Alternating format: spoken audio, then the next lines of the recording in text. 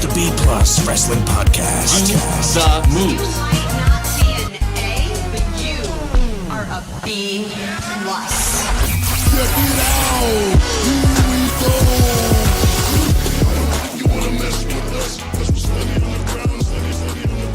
Good afternoon, ladies and gentlemen out there in the B Plus land. It is me, your host, Mr. Mysterious, and welcome to All The Rest, the wrestling podcast that gets you up to date on all the wrestling news in this weird, wacky world that we call professional wrestling. It's been a very topsy-turvy week in professional wrestling, sometimes for the better, sometimes for the worse. Unfortunately, we do have a lot of very varying stories, I should say, to cover for you today. As always, I'm going to be covering a little bit of MLW news, All Elite Wrestling. There's no NWA news this week, so I won't be able to cover anything for that. But also just the hot news that's come across my desk for WWE and just anything else that strikes my eye and anything you should know, trying to condense and understand what has happened this week and what it means for the future of professional wrestling. Housekeeping rules, guys, as always, where will we be without birthdays? And at the time of recording, WWE Hall of Famer Jimmy Superfly Snuka would have been 76, legendary member of the Anoa'i family, big high flyer, of course. What else can we say about the legend that is Jimmy Superfly?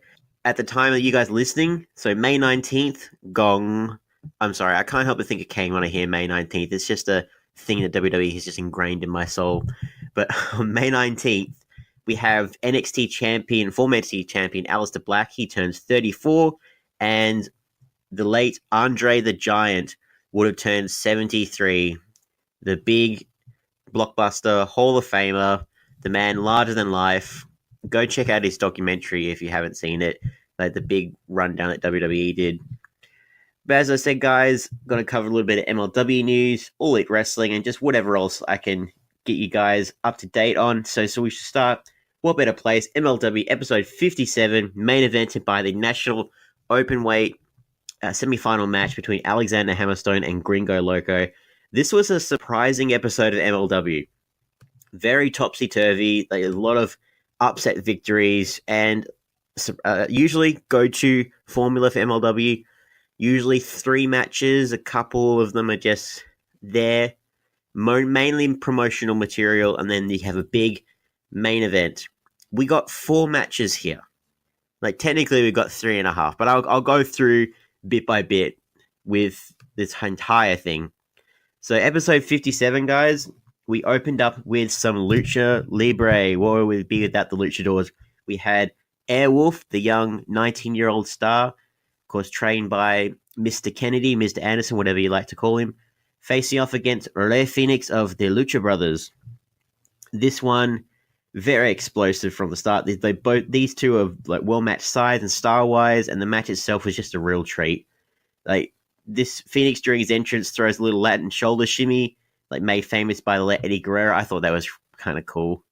The fans and the commentators and Phoenix were kind of taken by surprise the fact that Airwolf really put up a fight throughout its entire match against Phoenix. I mean, last week, I think they faced off in a tag match.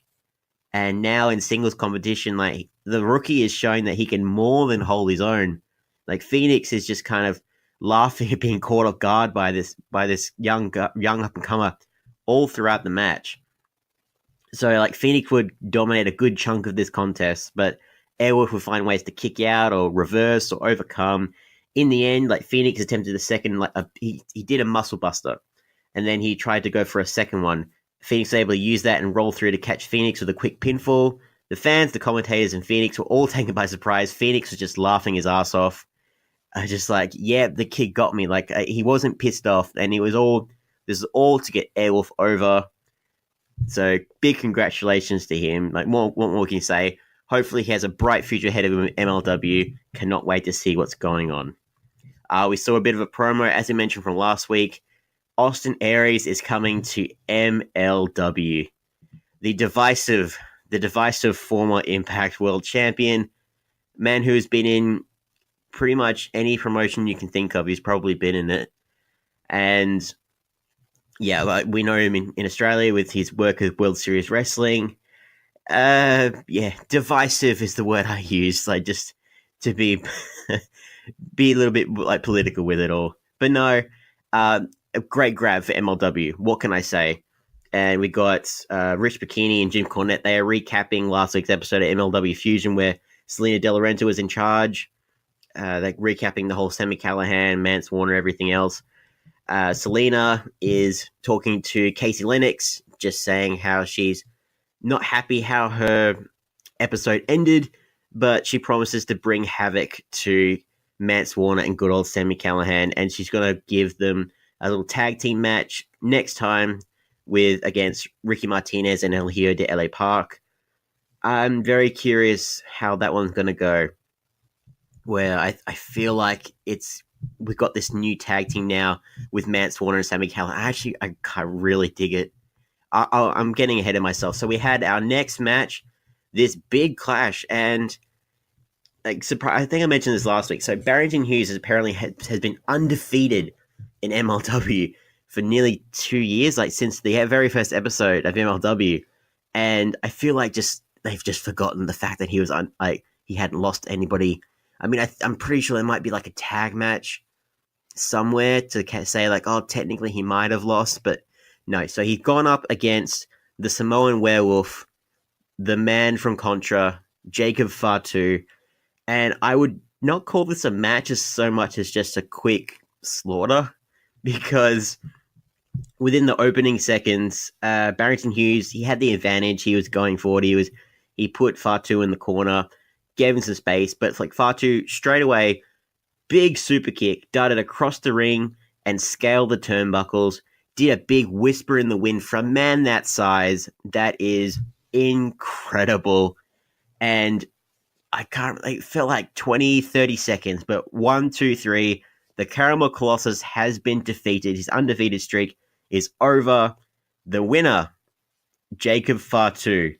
And without the help of Contra, without the help of anyone else, without any distractions from like AC Romero is a tag team partner of Barrington Hughes, so he wasn't out there. This was just this quick 30-second squash, 1, 2, 3. Freaking, it shows you how much faith they have in Fatu, how much faith they have in Contra going forward. So we'll see what happens there. We had an episode of H2 TV. Unlike previous episodes, this one covers like many things. So it covers the Lucha Brothers, covers the Dynasty. The real star is Mr. Velvet because Teddy keeps doing moonsault practice with Mr. Velvet. So we see Caspian make a little cameo appearance. That was nice. We had a semi-final bracket. Of course, that's later on. But then we had a little promo with Sami Callihan and Mance Warner. Like, I love, like, and I didn't realize this, and like when I didn't realize this now that they've been grouped together, but how Sami Callihan does thumbs up, thumbs down. Mance Warner does knee pad up, knee pad down, and they're trying to end their promo and figure out who's going to end it first. And just like, we'll work on it. And Sami Callihan, he's so charming in MLW. He's such a street rat in Impact. It's just there's such a big, vast difference between him in MLW and Impact when I talk about it with Greg Unchained. Very bizarre. But we ended the promo with Mance Warner's about to go out of frame, and then Sammy's like, "Hold on, I got you something. I got you a beer." And he just says, "I knew there's a reason I liked you." And they're pissed off at Promociones, not for like Sami Callihan's pissed off at Selena, just the fact that they interfered in their match, their no DQ match, to see who could beat each other up more. That's what they're really pissed off about. Not so much that they don't like Selena or they don't respect what Promociones Dorado are doing. They hate them for interfering in their match where they were going to actually beat the crap out of each other. I mean, you could do that any time, guys. I don't see what your problem is, but nevertheless, like, again, the way they ended, I knew there's a reason I liked you. I'm sold. Like, ring-wise, I think I need more from Mance Warner to really feel him. I don't know. He hasn't won me over there, but in terms of personality-wise, love it. Absolutely love it. We get some announcements that the Von Erichs are going to be teaming up with Tom Lawler to face off against Contra. So we have, of course, Tom Lawler did a promo about that. and of course saying how he's defending his title against Avalanche Robert Dreisker at Fury Road. Back in the Melrose Ballroom, the action rolls on for the MLW Fusion. We have this third match. Brian Idol makes his MLW debut, taking on Team Filthy member. This one surprised me. I didn't realize he was a member of Team Filthy, but Ariel Dominguez, the little pint-sized fighter, like kind of like akin to Rocky Balboa, but just like lightweight, featherweight, what do you want to call him? Surprisingly picked up the victory. Like this is his first victory in MLW, and I thought, okay, Brian Idol, we'll have to look up more about this kid later on, but like straight up, congratulations to Ariel Dominguez. Not what I was expecting. It was a roll up where like he had there was nowhere for Brian Idol to go. And it was just very clever how they made Ariel Dominguez, if he can get you onto the mat, if he can get you down onto one knee or two knees to work you to his advantage, yeah, he's got you. Like, I'm really curious. If Marco Stunt comes back to MLW, I would love these guys to have a proper fight, like just a real scrap brawl, two people of roughly the same size. Yeah, would love to see that. Or maybe even the fact that we have an openweight title coming up soon. I now want to see Ariel Dominguez in contention for that at some point down the line. I feel like that's something for him to achieve, like climbing the mountain as an openweight champion. I see it. MLW, they're very crafty. I love this. We cut back to Selena and Loki talking backstage about their disagreements, their mutual hatred of Mance Warner and Sami Callihan. But we get this, though, they're bickering amongst themselves, like Casey Lennox has happened upon them. So Casey Lennox is actually doing a job. She's happened upon them doing this. So in the midst, they're talking about their partnership. So Loki confirms that his deal with Promociones Dorado is almost up. But before they can get into that any further, Selena notices the cameraman. She calls Loki by his real name. Like, that floored me. The fact they're just like, Mr. Silvestri, we should take this elsewhere. And it's like, okay then. Like, wow. The ball's on her. And the decision, like, yeah. That really struck me by surprise. So, again, more little bit of tension in Promociones Dorado. Like, more tension. The tension between the dynasty is kind of stopped now, because we'll talk about that now. We had the main event, Gringo Loco versus Alexander Hammerstone. We did have a little promo before with Hammerstone saying, how is he going to prepare for this? Just saying, like, I'll do what I always do. I'm going to plan for the celebration rather than the match. And he's just saying, I'm going to put him away, the Nightmare Pendulum, 1, 2, 3. And that's exactly what he did. Like, there wasn't any doubt in our minds. Like, Hammerstone, he's undefeated so far. After some fist bumps and a big group hug with MJF and Richard Holiday, he sends him to the back. And this is like a true one-on-one affair, no doubt. Didn't take too long for Hammerstone to gain control of the match. And Alexander Hammerstone, like we said, Nightmare Pendulum, advances to Fury Road and the finals of the MLW National Openweight Championship. So next week, we will have Brian Pillman Jr. going up against Rich Swann. It's going to be Brian Pillman Jr. But we'll see what happens there. And as we mentioned, El Hijo and Ricky Martinez versus Mance Warner and Sami Callihan. I love this episode of MLW. I love the upsets. I love the fact that it was like an extra match. Very good, very solid hour of wrestling. Again, I say it every week, but it just needs to be said. Go watch MLW, free on YouTube. Check them out on Fight TV. What are you doing? That's what I have to say. We have some All Elite Wrestling news, guys. So we had no Road to Double or Nothing because we are just a few days away from Road to Double or Nothing. It is to the main event, May 25th, Double or Nothing. It has come quick, very quick. So instead of a Road to Double or Nothing, it's just a thank you from Cody and the team at All Elite Wrestling. They're all a big, humble thank you about they haven't forgotten, I should say, about where they started, where they're coming from, what they plan to do. They want to change the world, change the universe with this company that they're building with the Khan family. We're talking about more stories as well, of course, with their new network and everything else. Very humble. I loved it. It's just 2.5 minute thank you. What more can we say? We did get an episode of Being the Elite, though, so where would we be without an episode of Being the Elite? So episode 151, tag team action. So we had the Young Bucks open up with Peter Avalon, and he's found out about the other librarian, and he's saying that he wants out of this deal with All Elite Wrestling, and the Young Bucks like this. Oh yeah, they're just like, you want out of your contract, so you know what we're gonna do? We're gonna send you home. We're gonna double your pay. Like, you got kids? Like, no, you get to have a family. Yeah, that's what you're gonna do. And they're just sweetening the pot. They're giving him all these perks and stuff, and then all of a sudden, like, Peter Avalon's just like, oh, okay, I'm so sorry. I'll definitely continue to be a part of Elite Wrestling. And then when he leaves, and the Young Bucks like, I'm glad he accepted. Otherwise, we'd have to embarrass him on All Elite Wrestling every week. Like,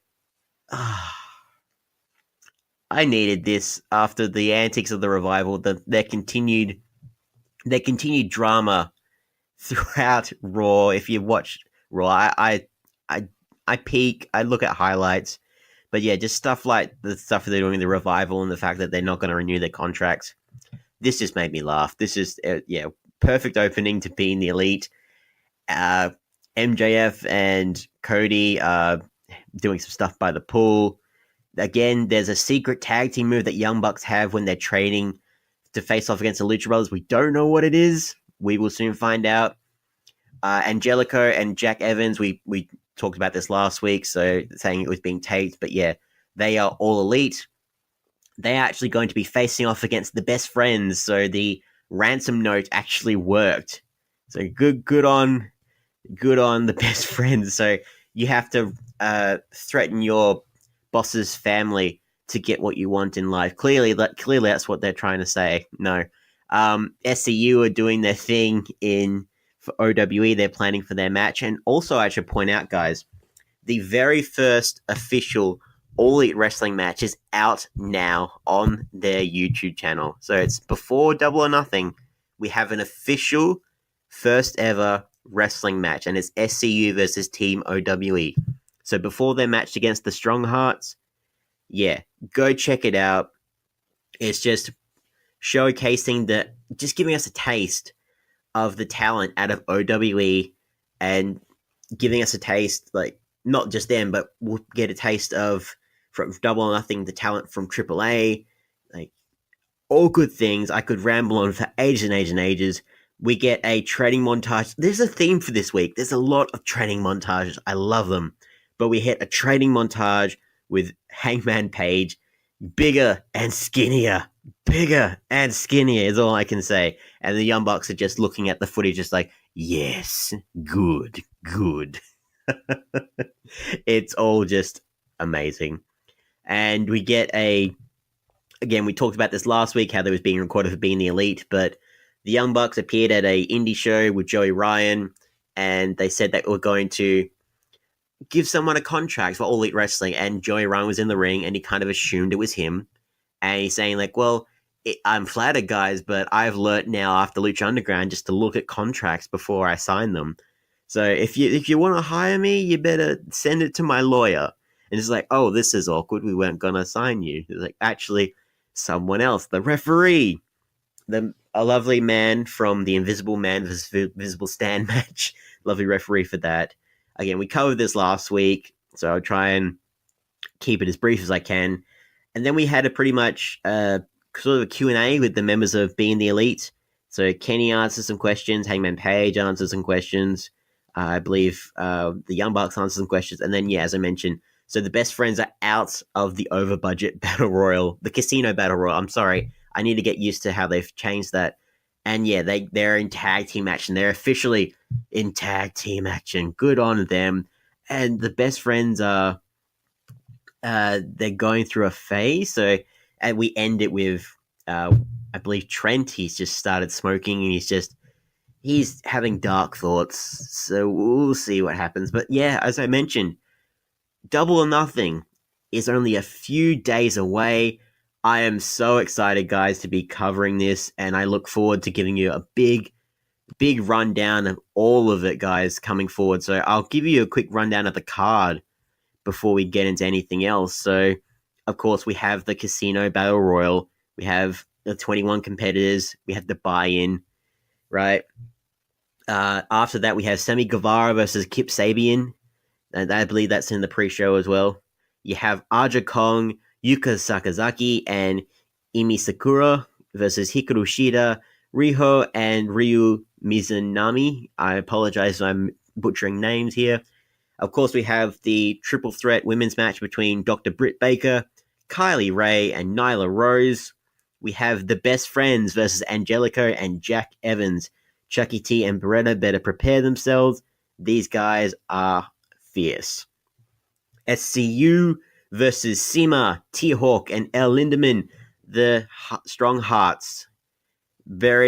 I'm looking forward to that, especially after the official match of All Elite Wrestling. We have brother versus brother, Cody Rhodes versus Dustin Rhodes. This big showdown. This is the match I am most excited about throughout this entire thing now. Those 2 episodes from Road to Double or Nothing, 2 simple promos. That's all you needed. And I am so psyched and stoked. I merged those 2 words together. I am so stoked for this match. We have the Alpha and it's not the Alpha anymore, it's the Painmaker. But yeah, Alpha Omega 2, Painmaker versus Kenny Omega. What more can we say? We know those guys are going to crush it. We have the AAA World Tag Team Championship match between the Young Bucks and the Lucha Brothers. Who is the best tag team in the world? We will find out. And I'm assuming this is the main event, but I don't know. This could be, I feel like it's either this match or the tag team title match. Hangman Page versus Park, the bastard they call Park. Is he truly full gear ready? Is he truly gotten bigger and skinnier at the same time? We will find out, guys. May 25th. I am so looking forward to this. So before we get into all the other wrestling news, let's cut to Greg with our sponsors. Promotional consideration paid for by the following. Hey everyone, just want to take a second to tell you about one of our new sponsors, OUTBREAK NUTRITION. OUTBREAK NUTRITION are creating supplements for survival, sharper minds, quicker reflexes, all the energy you need to take your performance to the next level, whether that be on the field, in the gym, on the gaming field. That's right, they have specifically designed gaming supplements as well to help you focus on those late night sessions. They even sell coffee, you guys, at OUTBREAK NUTRITION. You can get coffee pods, you can get coffee beans, you can get supplements for the bedroom as well if you want to enhance your performance there. These are performance enhancing supplements for every aspect of your life, specifically designed by gamers, for gamers, to stay fit and healthy in the gym, to stay sharp and focused on the game, and to dominate in all areas of life. So check out OUTBREAKNutrition.com, and for being a listener of our podcast, they will give you 10% off your order when you enter the code B+. That is BPLUS at checkout. So make sure, if you want to stay on top of your game, if you want to take your performance to the next level, OUTBREAKNutrition.com, enter the code B+ at checkout. Hey guys, just a reminder, if you want to hear all of these wonderful B+ podcast episodes completely ad-free, make sure you head over to Patreon or Podbean, where we are the featured podcast this week. You can subscribe for as little as $1 a month up to $10 a month, where anything you want to help us with, it really helps out. It's going to help us grow the site. It's going to help us redesign some things, and everything that we get through this and through the advertising as well is all going straight back into the podcast so that we can get Aussie Graps out there for the rest of the world to hear about, for the rest of the world to see, so we can grow this mission of watch global, support local, and build indie wrestling. So if you want to be a part of that and get some really cool rewards like call-in shows, bonus episodes, ad-free like I mentioned, then head over to patreon.com/theb+ and subscribe today. And we are back, guys. Our second half here. Of course, signings, injuries, who's leaving, who wants to leave, who is nearly out the door, who's been fined, all these stories and more for you guys in All The Rest. So we're going to start with the signings. The main ones, it's all Elite Wrestling, baby. They are signing everybody. And it's not wrestlers they're signing. It's not just wrestlers, because I feel like they have pretty much got all of their roster sorted now. But the backstage stuff, that's where the real money's at, baby, because we announced last week a couple of the referees, and they've announced 3 more referees to be a part of their roster. Very surprising people with varying levels of experience. So we have Earl Hebner, the former senior referee from WWE until the incident with the merchandise. Montreal Screwjob, Earl Hebner, that one. 69-year-old Earl Hebner is all elite. Big congratulations to him. And then we also have Paul Turner. So he's a veteran of Ring of Honor. He is, I think from day one, he has been a referee for Ring of Honor. He has been a part of that company for a long, long time. What more can you say about that? And of course, you have Aubrey Edwards. I believe she was the second woman to be a NXT referee. So she is now all elite as well. And we only just received word just yesterday, I believe. So in charge of the merchandise department, Christina Myers, and Sean Carr is going to be head of the ring crew. He's going to be driving the truck, looking after the guys when they're on tour. I love this. The fact that we know these people, like, I cannot tell you, like, for the life of me, the people for WWE, like the backstage crew, because it's so vast, because WWE keeps it all to themselves. They try and keep it very hush hush, and it's a business. And this is, of course, maybe because AEW is just start a new promotion, a new vibrant promotion. But we know these people. We can actually get to know these people throughout. Just like if there's any issue with the referee, just like, oh, treat Paul better. Like, look after Paul. I love this. This is perfect thing to do for a promotion. And I feel bad for Ring of Honor because I believe Christina Myers, Sean Carr, and Paul Turner, they're all from Ring of Honor. So they're getting pinched. I don't know that means that they're exclusive of All Elite Wrestling. We will find that out in due course. But congratulations to All Elite Wrestling for them. Injuries, we're a bit quiet on this front, which is always a very, very good thing. But unfortunately, Alexa Bliss has been pulled out of the Money in the Bank women's ladder match. She has not been cleared for competition, so we don't know what exactly that means, whether it's most likely due to her concussion history, if she's a little bit unsure about what's going on. They are handling her very delicately. Of all the wrestlers, she has been given the most special treatment out of everybody, just to show you how much faith they have in her to do this entire thing. So obviously she's been replaced by Nikki Cross. If you saw the latest episode of Monday Night Raw, yeah, hopefully she can sort it out, like whatever issue it is, and we can see Bliss. I don't mind a moment of Bliss's segments, but hopefully she can get back to in-ring work, because that's where her heart seems to be at. A few people leaving. A little bit of updates, guys. So Percy Watson, NXT announcer, he has left the company, apparently.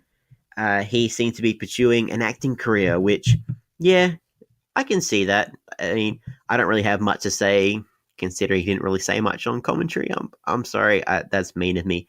But, yeah, like, if he was going to leave WWE, or if he's going to get a different role, like, there wouldn't be much else for him. I mean, another backstage role, or I could see him being demoted or something else if he was trying to do something else. But yeah, hopefully he gets his resignation accepted. He can go on to pursue it. Like, if he legitimately wants to pursue an acting career, I feel like WWE will actually relent on keeping all their wrestlers and performers in ironclad contracts. Leo Rush, we got a little bit of update on him. So with all the antics with him, he has taken all mention of WWE off his social media, and he has instead a link to his email for all business-related inquiries. So no mention of WWE. He's been absent from TV for several weeks now. It kind of left Bobby Lashley kind of lingering. Combine this with the fact that he hasn't worked with anyone during the European tour. Yeah, things aren't looking good for him. He might be like, we mentioned this a couple weeks ago, like Greg and I, he might be cracking onto the secret of the fact that how to truly quit WWE. Like, with their ironclad contracts, if he causes enough drama, maybe he'll just get fired Like, I don't know. There seems to be a method to his madness, and like just the fact that he just doesn't want to be considered, uh, doesn't want the imagery of that being that young black man doing the work for WWE, like being the ring boy and just doing all these. Yeah, what more can you say? Like, what hasn't already been said? So I'm sure you guys are probably sick of hearing it. A little bit of update from Sasha Banks. She's actually gone back online, and some fans have actually talked to her saying, like, why'd you quit WWE? And, like, you should be grateful. You're a 4-time women's champion. You're now the inaugural women's tag team champion. And she kind of replied back simply saying, like, did I quit? Which is like, fair play, fair play. She hasn't quit, guys.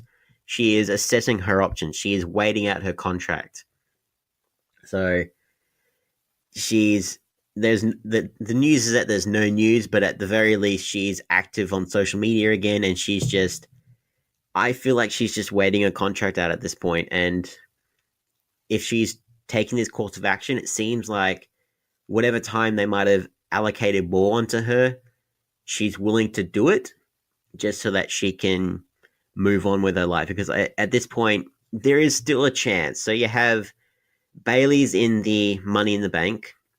If Bayley wins the Money in the Bank for the women, she could kind of come back and they could have a few. So there's still storylines to be had on the off chance she says, you know what, I don't like how I've been treated, but I'm going to try and persevere. They've been promised all these things. We'll see what happens. We don't know the true story. So you hear all the stuff, how they were, like, Sasha and Bayley were lying on the floor, mad about losing the women's tag team titles to the Iconics. Yeah, all this is just kind of hearsay at this point. So it's not concrete. It's most of what we do here, and all the rest is hearsay until it's been officially confirmed by the source or a very reputable source outside of a promotion. Yeah, what more can you say, guys, when it comes to that? Some news about people who are also trying to leave. Some people trying to leave. This kind of upset me. Killer Cross. I mean, this guy, he's my favorite part of Impact Wrestling.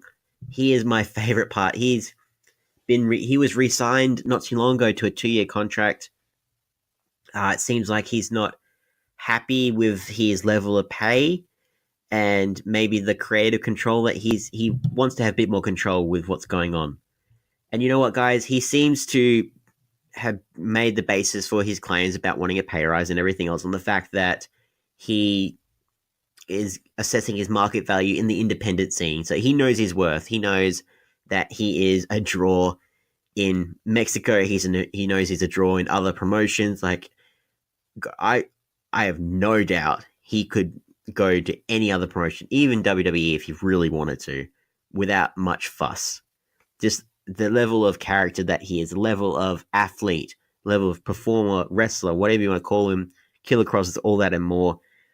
Yeah, at the moment, Impact have not accepted this resignation. He is still doing dates with them. We still have the tapings from Impact Wrestling. I'm hoping they can come to an understanding. I just don't want him to leave Impact. He's the best part, and yeah, hopefully they can come to some kind of understanding. Please, Killer Cross, please. But that is the signings, the injuries, the leaving people, and let's get on to some other news. So, Lars Sullivan, I'm going to get this one out of the way, guys.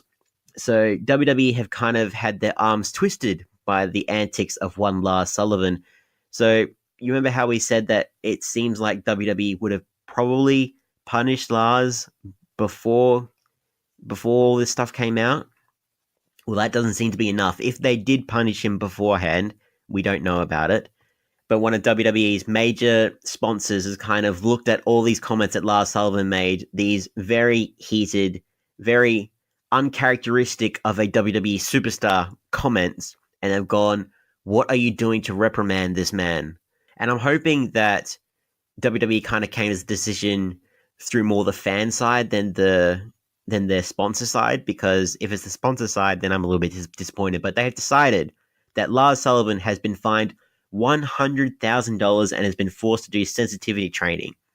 Now, this is a very gray area because Lars Sullivan, all these tweets and everything else, this was before before he got signed with WWE. If this was during, sure, definitely 100% sensitivity training, big ass fine, no problems there. But it does give you a bit of a gray area where any wrestlers, any performers that they sign from now on, if they find out about their history way back when, they're punishing them for past actions when that could not be them anymore. And again, we don't know what the situation is with Lars Sullivan. He did have the issues with mental health. Like, he did have a anxiety attack, which kind of delayed his push to the main roster.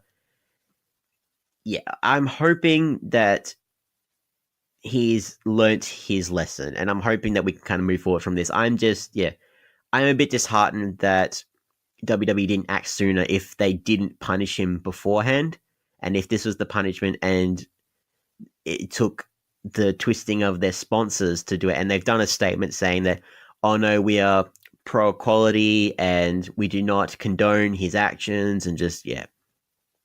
So Lars Sullivan, and to be fair, $100,000 is a significant chunk of his salary. So going off of Sports Illustrated, Triple H released an article with them a couple months ago where he said that a standard NXT star gets about $80,000 to about $150,000, and then a debuting main roster star, you'd imagine it would be double that, especially one who's only just starting out on the main roster. So say it was like $300,000. The fact that he is $100,000, that's a significant chunk. That's a big ass thing. So if he wasn't feeling the pain now, he definitely is. So yeah, I respect them for what they've done. Hopefully we can move past this. And yeah, some other people who are a little bit upset with WWE at this point. Triple H is apparently unhappy with his father-in-law, Vince McMahon. Now, this is all a little bit of hearsay, according to the Wrestling Observer newsletter. So it was noted by a source that is closest in WWE writers on a radio show. He kind of said that he's familiar with about three of the WWE writers. So it was the Wade Keller's Pro Wrestling Sheet show.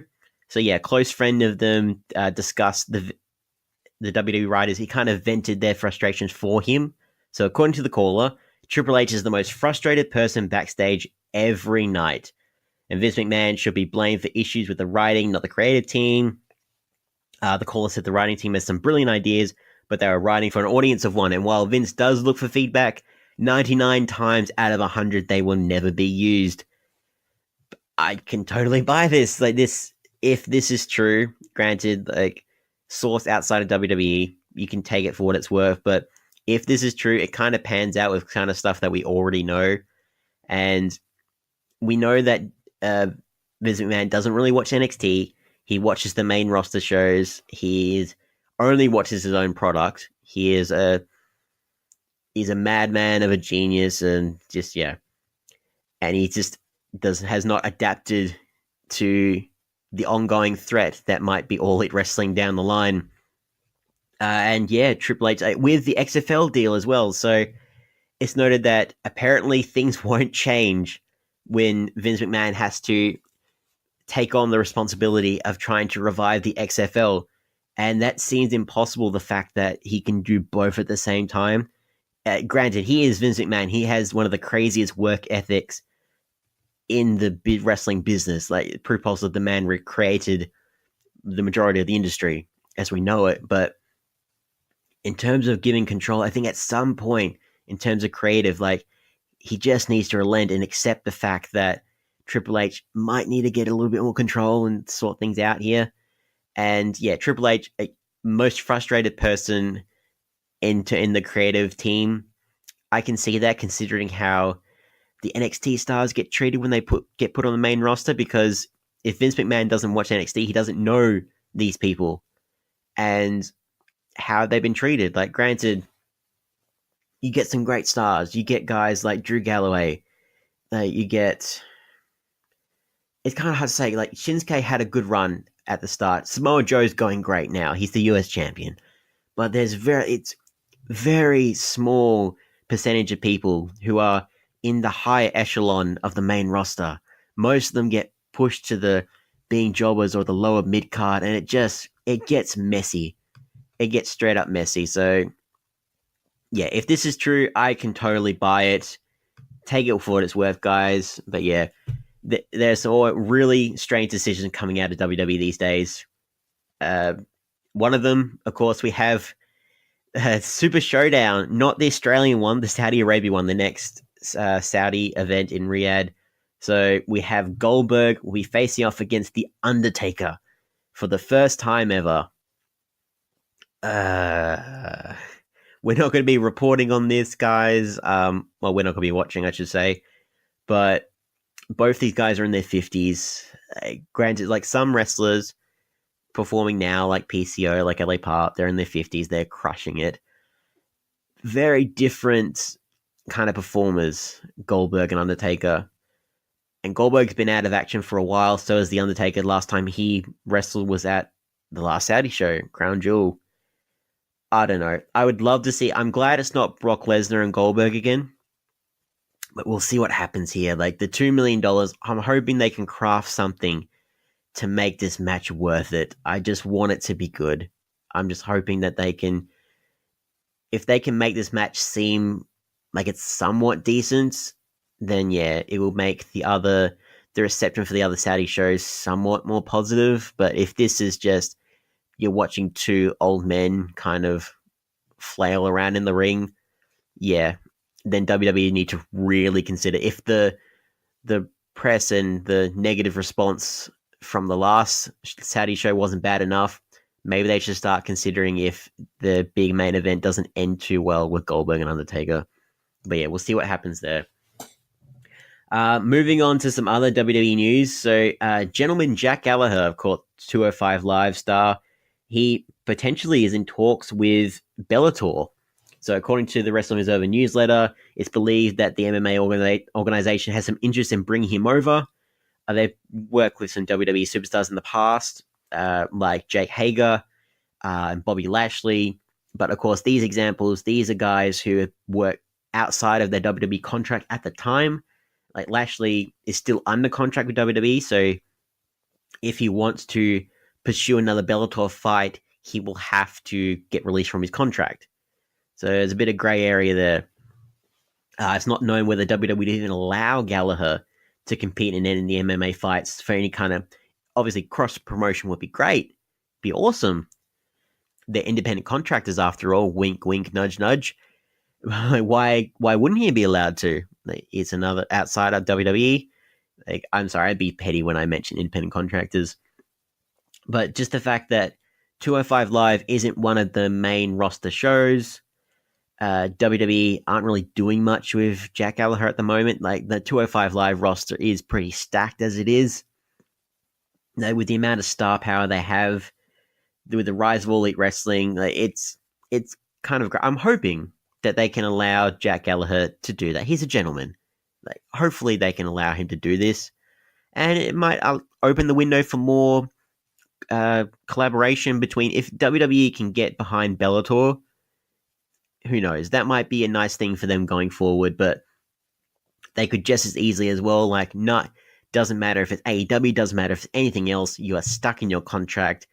Even if it's not related to professional wrestling, even if it is to mixed martial arts or cage fighting, whatever you want to call any other, like, real fighting, boxing, whatever, yeah, I can see them going the other way and just saying, like, no, you can't do it. As we mentioned before, Jake Hager, he's been in the news after his latest win, Bellator 221. He had some, I think he kind of turned heel. It's kind of, yeah. And you probably asked me, how can you turn heel in an actual MMA fight? But yeah, the man formerly known as Jack Swagger, he quickly finished off TJ Jones in a first round submission. But the problem was he kind of failed to release the hold after several seconds after the referee told him that the match was over. Now, you see this spot several times in professional wrestling. Like, just after if you want to get over just how violent a star is, or just how angry they are at the person they're choking out, they hold it for a good 5-10 seconds after the match has ended, after the bell is rung, or they'll ring the bell more times, you know? Like, that's fine in pro wrestling. In MMA, that's a big no-no. In the promo afterwards, Hager attempted to explain that he thought the referee was trying to stop. It wasn't the referee telling him to stop; it was his opponent struggling to escape. And then with the crowd kind of reacting, like they did not appreciate that response. Then the All-American kind of came out, and he just was just healing the shit out of them. He took control of the crowd. He's saying that I don't care about your boos. You weren't in the ring with me. He had the big smile on his face, and he said he had a boner. He was rock hard with emotion. I mean, what can you say? We the people. We the people. You weird man. He might be like. We have rumors out of the AW camp that they have a big surprise wrestler in store for us going into Double or Nothing, which that of course can mean like the man who we always think of that when it comes to these kind of things, that could be CM Punk, but I could just as easily see it being John Moxley, Dean Ambrose, whatever you want to call him, or it could be Jake Hager. It could be Jake. He has been teasing for the past few weeks his relationship with the Young Bucks, with the Elite, saying that they were kind of going to bring him, saying how they were going to walk into the ring or they're going to be in attendance. Like some AW staff are going to be watching on in his Bellator match when he was rock hard with emotion. Just who knows?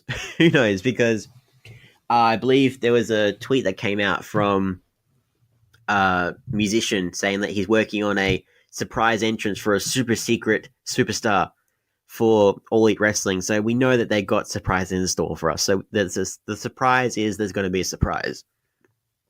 I personally hope it's CM Punk, because the roof would just explode off of Double or Nothing. But that's just me.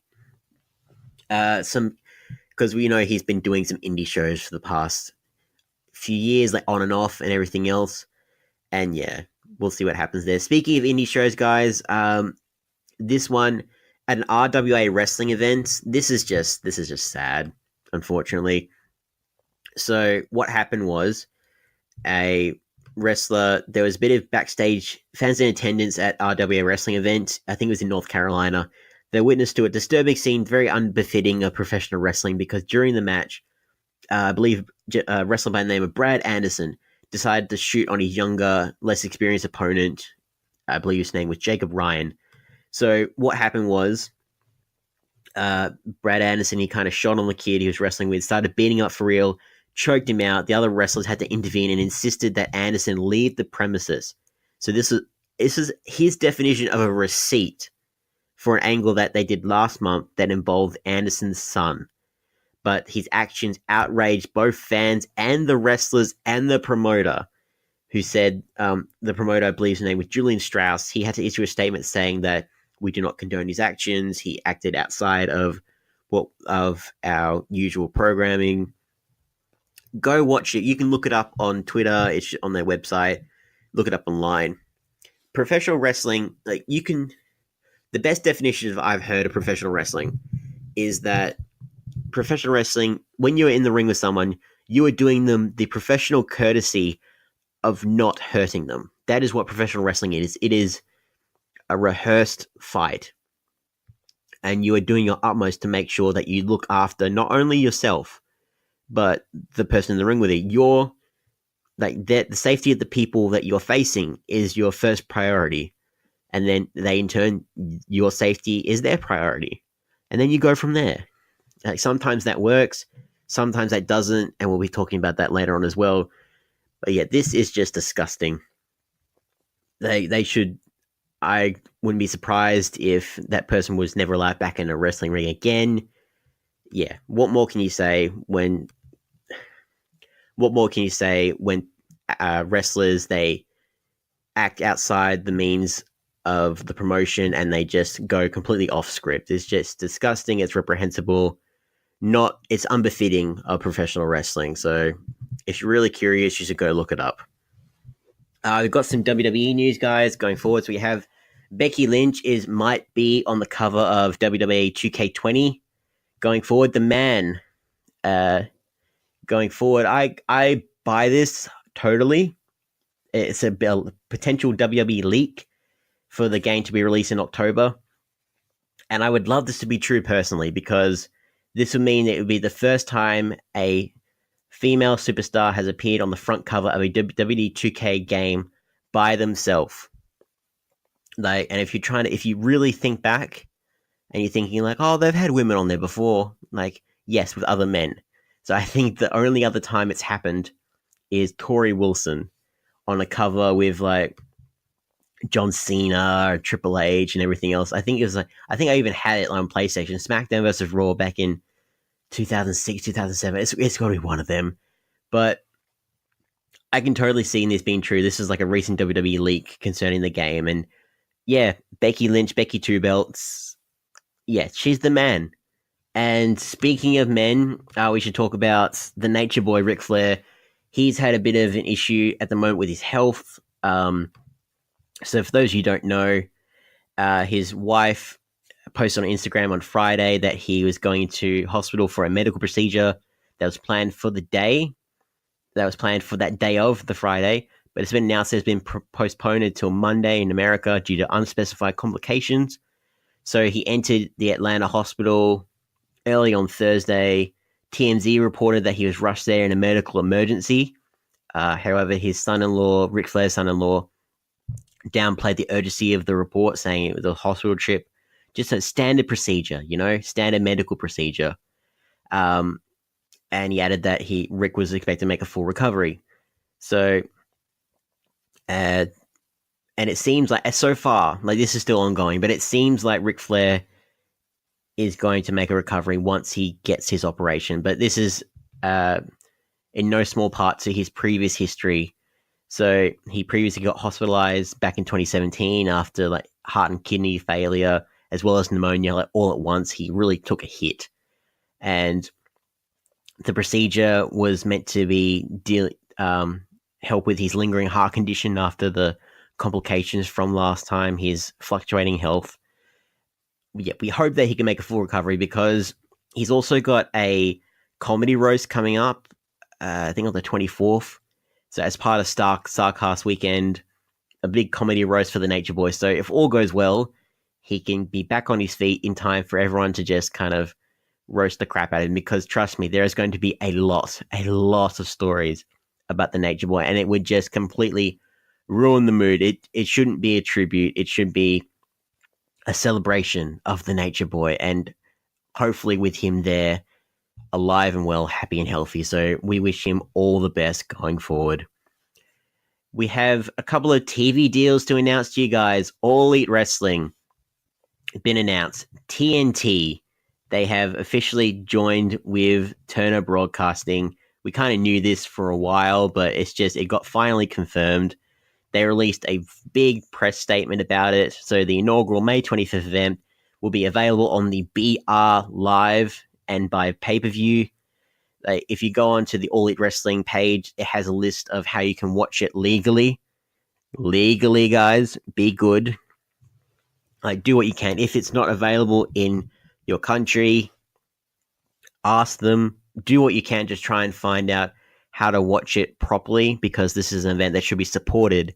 It's a big indie event that should be respected, is what I'm trying to say. So do the right thing where you can. But yeah, this is amazing news. Everyone is gushing about All Elite Wrestling, and so they should, because we're getting constant stories out of the AEW camp just about how they are looking after the wrestlers, looking after the staff, looking after looking towards the future, how the wrestling industry can be changed for the better, like the Culture City initiative, the Century Inclusive initiative, all of these things. And the recent report, the fact that Cody is saying that AEW will cover 100% of injury, rehab, and recovery costs for their wrestlers, and will be giving the wrestlers freedom of expression. Thank God. Freedom of expression means, unlike WWE, they're not going to have, they're going to give the wrestlers creative control, where as long as they promote their match, they can say whatever they want. So as long as they say at Backlash or at Stomping Grounds, as it's being called now. Stuff like that. But they will allow them, like, they won't tell them, like, okay, these are your talking points, or this is exactly what you need to say. Don't say anything else. What more can you say? That's to make them truly independent contractors. They need their freedom of expression, which is brilliant. And of course, the fact that they are considered in AEW, they are considered independent contractors, but they are allowed to work elsewhere, right? And when Cody talked about a union and everything else, so this is the quote. When I said that a union would kill wrestling, I was specifically talking about your mum and pop indies that can't afford an ambulance to come to the building. There's a lot of people who saw the story John Oliver did and immediately called for a union or better care for the wrestlers. Better care is paramount, and one of the first ways you do that is raise the pay floor, which we've done. And he also talked about the disruption era, how AEW will give wrestlers full creative freedom. Yeah, so when they can't give these guys healthcare and everything else, they are raising their money and making sure that they are being looked after, which is, in this day and age, very important with our other stories that we're mentioning in just a few short moments. I'm on board. I am on board with All Elite Wrestling. Moving over to WWE side of things, so with all the talks with WWE with their Fox deal, it looks like SmackDown, this isn't confirmed, but is expected that SmackDown Live will remain 2 hours. Thank the wrestling gods if this is true. I hope this is true. Because Fox usually, so they could technically have this and technically not, right? So the reason that, unless a product on Fox is a major sporting event or the NFL, Fox programming can only run from 8 to 10 p.m. Eastern Standard Time because local affiliates take over after 10 p.m. for local programming. So this should satisfy most fans saying 2 hours of SmackDown. But if they could also, if they really dead set on 3 hours. So it seems like they're going to keep to 2, but this could be a thing where there's the possibility of a third hour of SmackDown airing on Fox Sports 1, right? Where fans would be asked to tune into a different channel to see the main event, which is very risky in this day and age of WWE. Very, very risky. I mean, I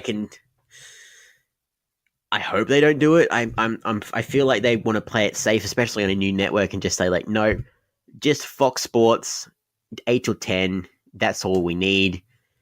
But yeah, there are still ways for them to do Fox Sports 1 if they really dead set on 3 hours of SmackDown. So if they are dead set on the 3 hours, there are ways around it, but I sincerely hope not. Usually, guys, we end on a nice little funny note, but unfortunately, we have to end on a bit of a somber one because unfortunately, we have 2 stars who have passed away. So we have Ashley, WWE's Ashley, so better known as Ashley Massara. She passed away at the age of 39. It seems like it wasn't to do with any illegal substances or anything like that. So it seemed to be like a non-criminal death is what they're calling it. Of course, she was the Diva winner back in 2005. Most famous for winning the Diva Search there. She got a $250,000 one-year contract with WWE. She went on to become a valet for the WWE Tag Team Champions, Paul London and Brian Kendrick. She was, in a time where women's wrestling was not at the level that it is now, I feel it's safe to say that she was kind of like what Paige was when she first started on the main roster.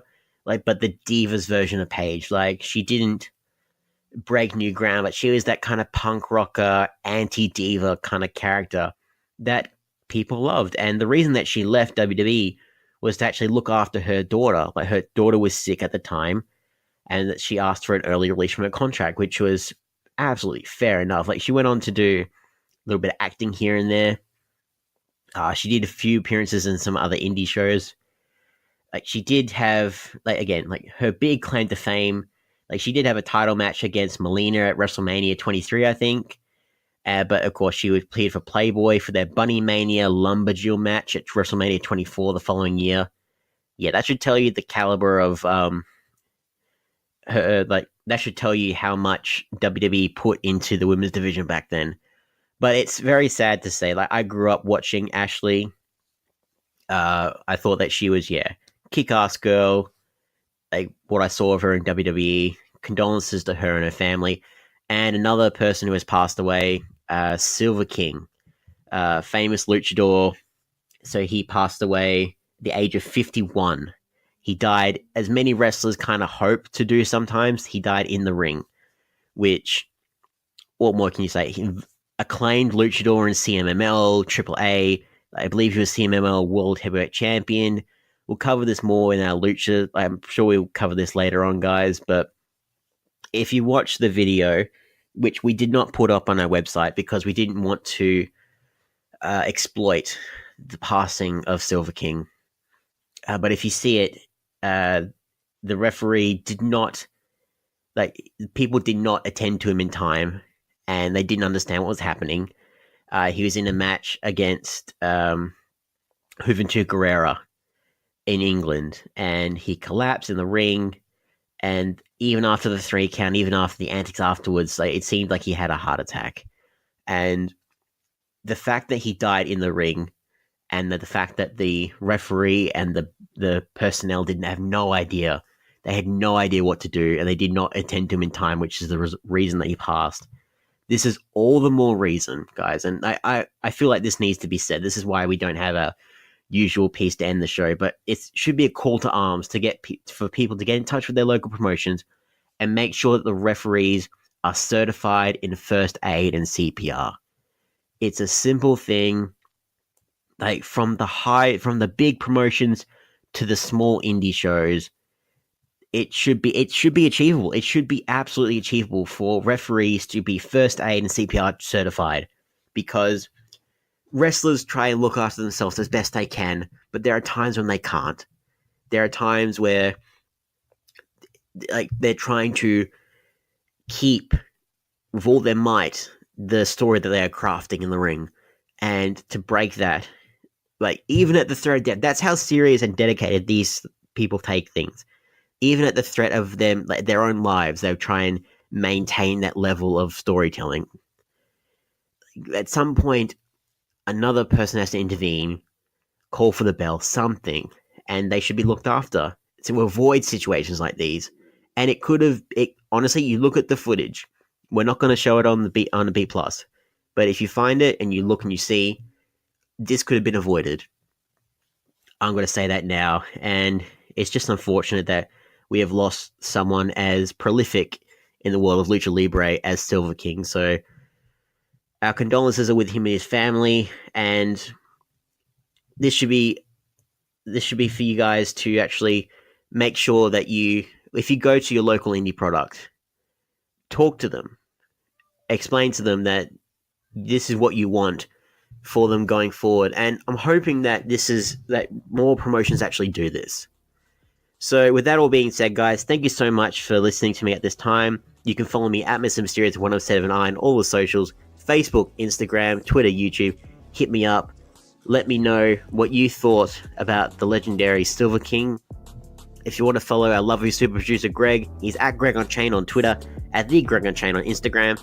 If you want to follow us collectively, you are at the B Plus Wrestle on Twitter, because wrestling wouldn't fit, and the B Plus Wrestling everywhere else. As always, guys, we have our Patreon.